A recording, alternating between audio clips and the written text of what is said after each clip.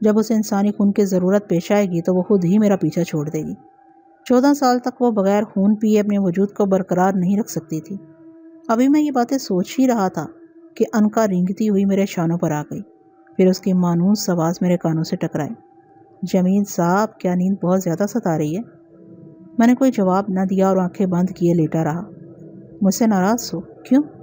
انکا نے دوبارہ سرگوشی کی، پھر تھوڑے توقف کے بعد بولی، مجھے تمہارے اوپر ترس آ رہا ہے، اگر تم چاہو تو میں تمہیں اس قید تنہائی سے نجات دلا سکتی ہوں، لیکن شرط وہی پرانی ہوگی۔ کہو اب کیا خیال ہے؟ دفع ہو جاؤ۔ میں تل ملا کر اٹھ بیٹھا۔ مجھے تمہاری کوئی شرط منظور نہیں ہے۔ کیا 14 سال تک یہیں رہنے کا فیصلہ کر چکے ہو؟ ہاں، میں نچلا ہونٹ کاٹتے ہوئے بولا۔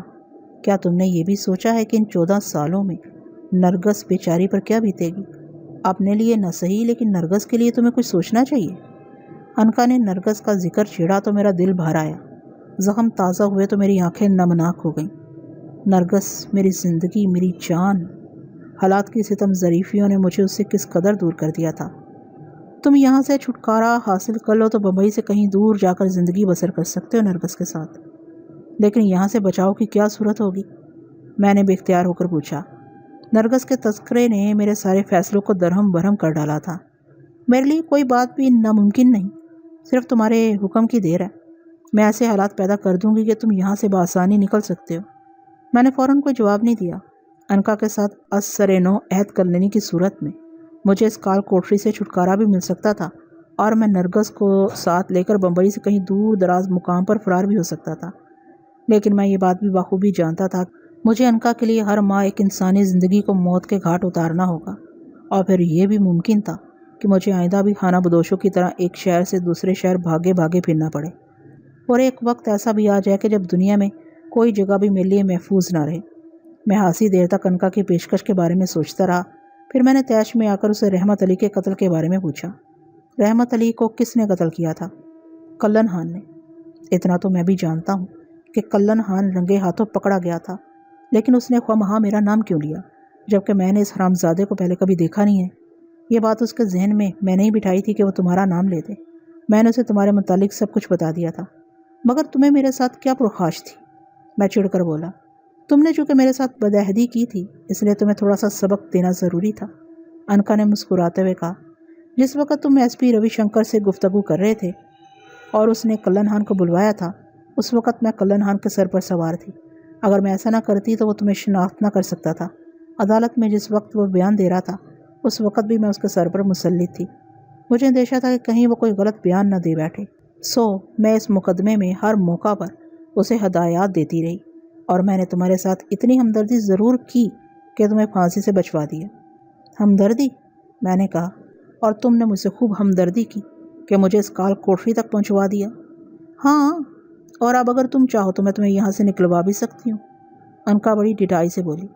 اگر میں تم سے عہد کرنے سے انکار کر دوں تو؟ میں یوں ہی پوچھ بیٹھا۔ ایسی صورت میں ظاہر ہے کہ تمہیں پورے 14 سال تک کسی کال کوٹری میں ایڑیاں رگڑنی پڑیں گی۔ کیا تم اس تمام مدت میں بغیر خون کے اپنے وجود کو برقرار رکھ سکو گی؟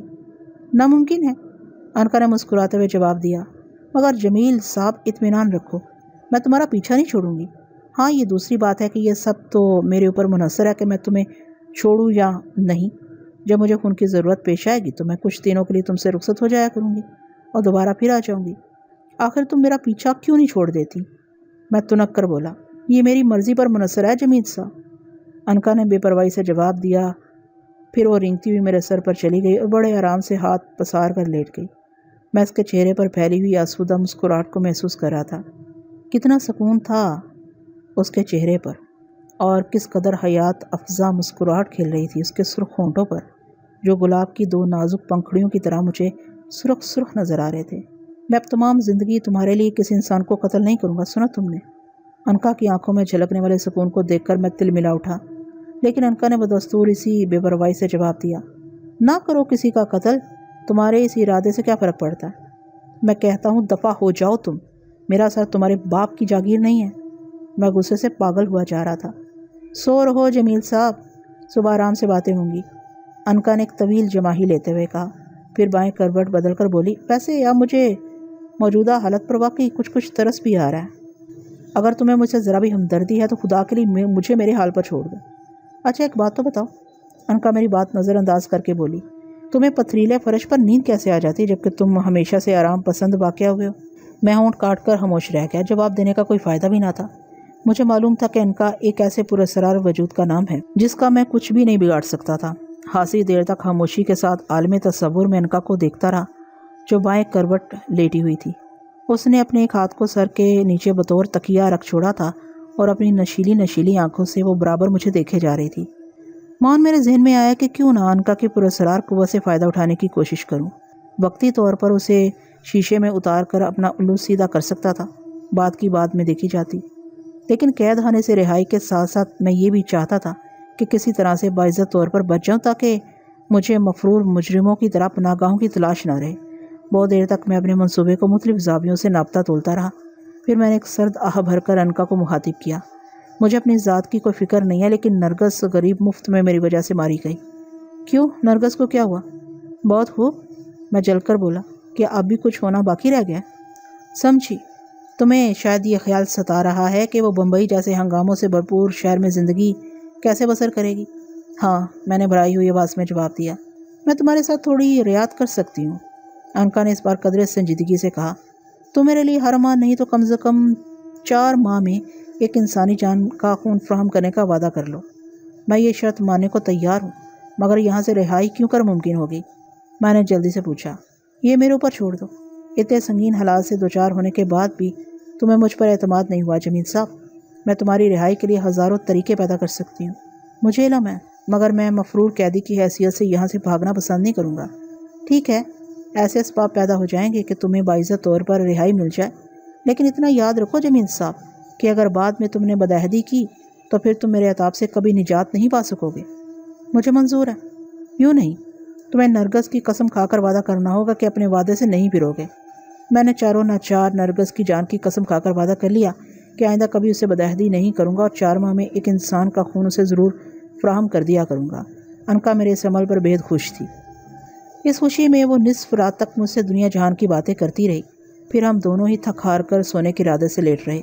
گفتگو کے دوران میں نے انکا سے پوچھا بھی تھا کہ وہ میری رہائی کے لیے کون سا طریقہ اختیار کرے گی، مگر اس نے یہی جواب دیا تھا کہ یہ سوچنا اس کا کام ہے، مجھے بلا وجہ پریشان ہونے کی ضرورت نہیں۔ صبح میں جگہ تو یہ محسوس کر کے چکرا گیا کہ انکا میرے سر پر موجود نہیں تھی۔ رات کے کس حصے میں وہ میرے سر سے رخصت ہوئی تھی مجھے اس کا کوئی علم نہیں تھا، نہ ہی انکا نے مجھ سے کہا تھا کہ وہ یوں اچانک چلی جائے گی۔ مجھے انکا کے اس طرح بغیر کچھ کہے سنے چلے جانے پر غصہ بھی آیا، مگر میں یہ سوچ کر چپ ہو رہا کہ دیکھیں اب وہ میری رہائی کے لیے کیا کرتی ہے۔ اس روز تمام دن مجھے رہ رہ کر انکا کا خیال ستاتا رہا۔ میرا دل گواہی دے رہا تھا کہ انکا ضرور اپنا وعدہ پورا کرے گی، لیکن اس دن وہ واپس نہیں لوٹی۔ دوسرا اور پھر تیسرا دن بھی انکا کے انتظار میں گزر گیا۔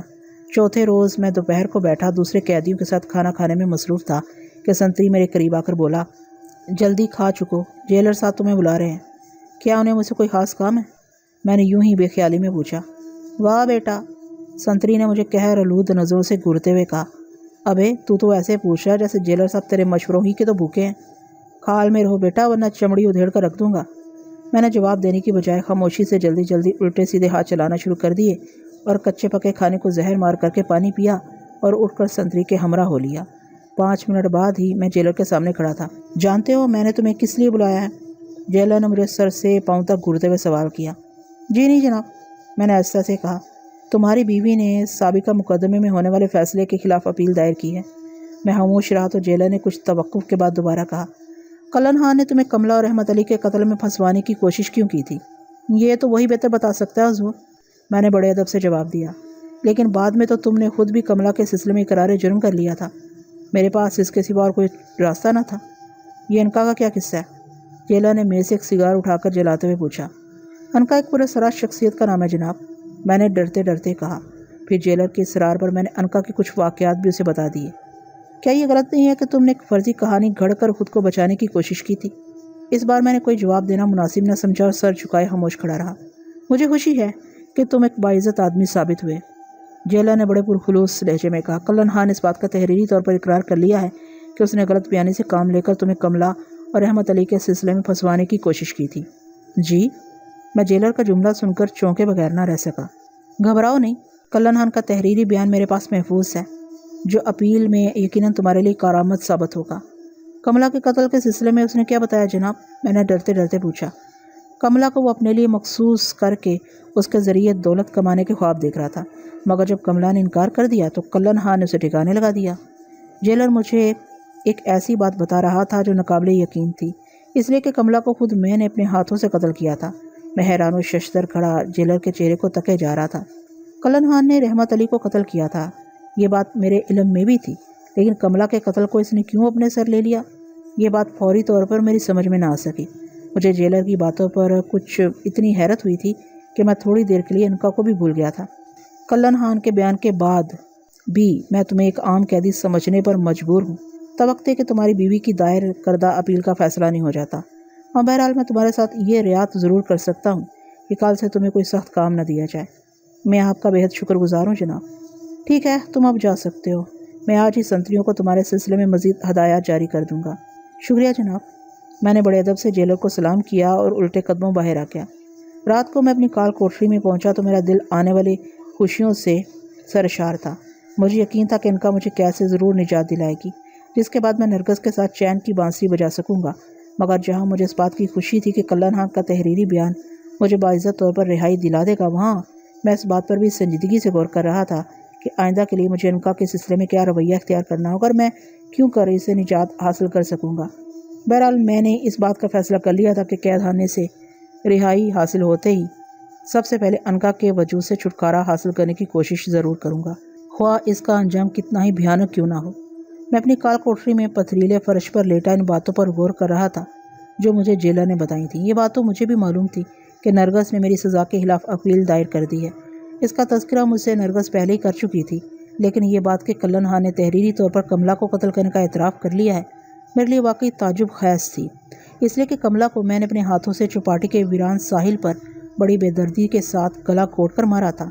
ایک طرف تو میرا ذہن کلن خان کے تحریری بیان میں الجھا ہوا تھا اور دوسری طرف مجھے اس بات کی خوشی بھی تھی کہ میں بہت جلد رہا ہو جاؤں گا۔ لیکن ان دو باتوں کے علاوہ ایک تیسری فکر بھی میرے ذہن پر سوار تھی، اور وہ تھی انکا کی پراسرار شخصیت۔ انکا ایک پراسرار وجود، ایک ایسا عجیب و غریب وجود جسے میں نہ دیکھ سکتا تھا نہ میں اسے سرے سے بے دخل کر سکتا تھا۔ وہ وجود جو خوبصورت نسوانی پیکر لیے میرے تصور میں ابھرتا تھا، جس کے جسم کے نشیب و فراز میں اپنے سر پر محسوس کرتا تھا، اس پراسرار ہستی نے میرے سر پر قبضہ کر کے مجھے بالکل بے بس کر دیا تھا۔ وہی انکا کئی پراسرار تماشے دکھانے کے بعد ایک اور کھیل کھیل رہی تھی۔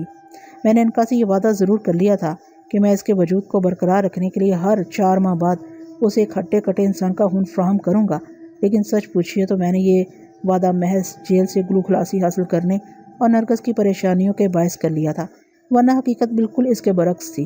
میں نے فیصلہ کر لیا تھا کہ جیل سے رہائی حاصل کرتے ہی میں انکا کے پراسرار وجود سے چھٹکارا حاصل کرنے کا کوئی نہ کوئی حل ضرور تلاش کروں گا۔ مجھے معلوم تھا کہ میری بدنیتی انکا سے مخفی نہ رہے گی، لیکن مجھے انکا سے چھٹکارا حاصل کرنے کے لیے کسی طور تو سوچنا تھا۔ میں خود کو انکا کے رحم و کرم پر قطعاً نہیں چھوڑ سکتا تھا۔ تمام رات یوں ہی ذہنی جمناسٹک کرتا رہا۔ مجھے کب نیند آئی اور کب میں دنیا مافیا سے بے خبر ہوا، مجھے اس کی کوئی خبر نہ تھی۔ صبح جب سنتری نے مجھے جگایا تو میرے سر میں ہلکا ہلکا درد ہو رہا تھا، اور اس کی وجہ یہ تھی کہ میں رات دیر تک جاگتا رہا تھا، لیکن سنتری کی خوفناک مونچھوں اور اس کے بھیانک چہرے پر نظر پڑتے ہی میں تیزی سے اٹھ کھڑا ہوا۔ دوسری صورت میں ممکن تھا کہ وہ اپنے وزنی بوٹوں کی ٹھوکر سے میری خیریت دریافت کر بیٹھتا، جیسا کہ وہ پہلے بھی کئی بار میری کمر دوہری کر چکا تھا۔ خطرناک قسم کے قیدیوں کے ساتھ جیل خانے کے سنتریوں کا رویہ کچھ ایسا ہی ہوا کرتا تھا۔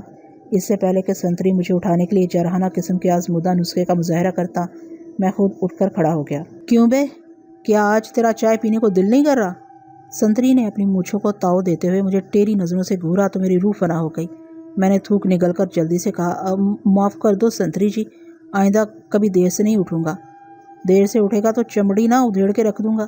سالے، 15 سال ہو گئے مجھے تم جیسوں سے نپٹتے ہوئے، بڑے بڑے سرماؤں کو ٹینشن کر کے رکھ دیا ہے، تو کیا بیچتا ہے؟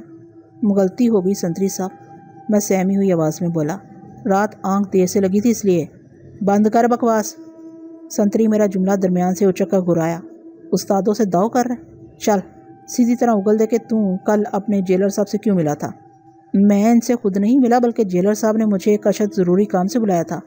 میں نے کچھ سوچ کر جواب دیا۔ ظاہر ہے کلن خان کے تحریری بیان کے سلسلے میں میرا کسی اور سے کچھ کہنا دانشمندی کے منافی تھا، اس لیے میں نے سنتری کو گول مول جواب دیا، مگر میرا جواب سن کر اس ظالم نے مجھے جن خوخار نظروں سے گھورا، اس میں رحم کی کوئی گنجائش نہیں تھی۔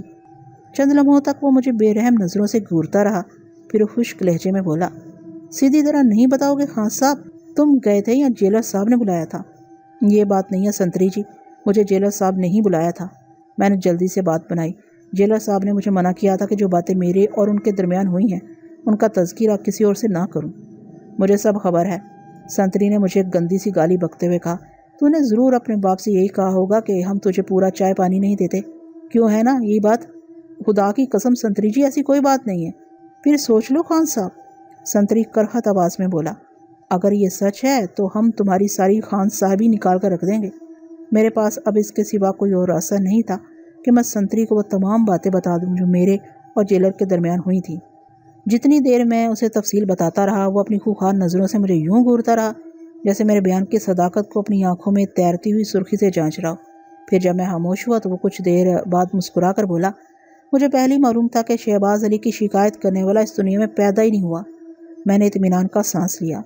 سنتری شہباز علی یہی اطمینان کرنا چاہتا تھا کہ میں جیلر سے کس سلسلے میں ملا تھا۔